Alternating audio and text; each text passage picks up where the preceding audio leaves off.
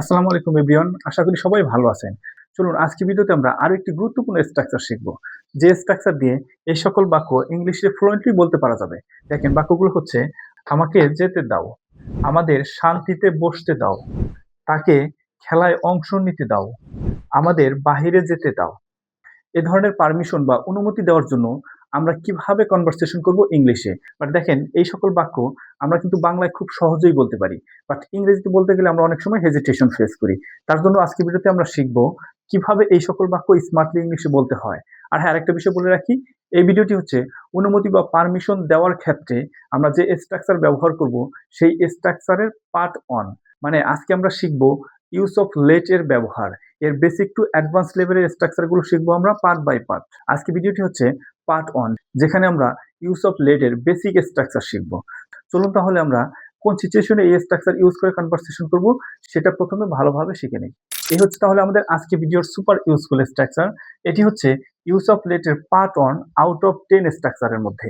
চলুন আমরা ভালোভাবে শিখে নেই এই স্ট্রাকচার দিয়ে কোন সিচুয়েশনে সেন্টেন্স তৈরি করে কনভারসেশন করতে হবে, কিছু রিয়েল এক্সাম্পলের মাধ্যমে বুঝে নেই। তার আগে আমরা স্ট্রাকচারটা একটু ভালোভাবে বুঝে নিই। দেখেন, subject plus let plus object plus PB first.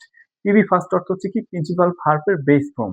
দেখেন সাধারণত অবজেক্ট বাক্যের শেষে বসে, আর আজকের স্ট্রাকচার অনুযায়ী দেখেন ভার্ব শেষে আসছে, তার আগে আসছে অবজেক্ট। এই স্ট্রাকচারটা কোন সিচুয়েশন ইউজ করতে হবে সেটা আমরা এই রিয়েল এক্সাম্পলের মাধ্যমে বুঝতে পারবো। প্রথম এক্সাম্পলটি হচ্ছে দেখেন, লেট মি গো নাও, আমাকে যেতে দাও।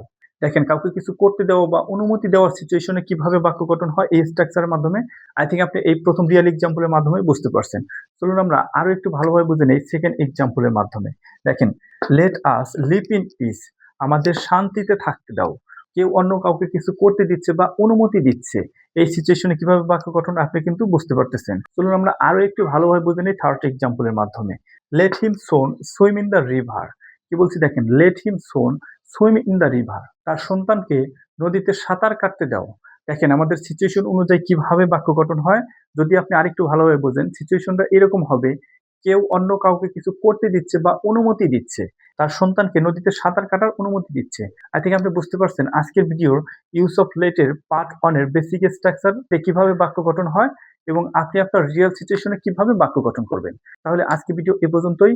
প্র্যাকটিস করতে থাকুন এই সকল বাক্য দিয়ে, আপনার রিয়েল কনভারসেশন থেকে আরো সেন্টেন্স তৈরি করে এক্সপ্লোর করুন এবং জোরে জোরে বলা ট্রাই করুন। আজকে ভিডিও তাহলে এ পর্যন্তই। দেখা হবে ইউজ অফ লেট ক্লাসের part two out of 10। Till then, keep practising and stay confident.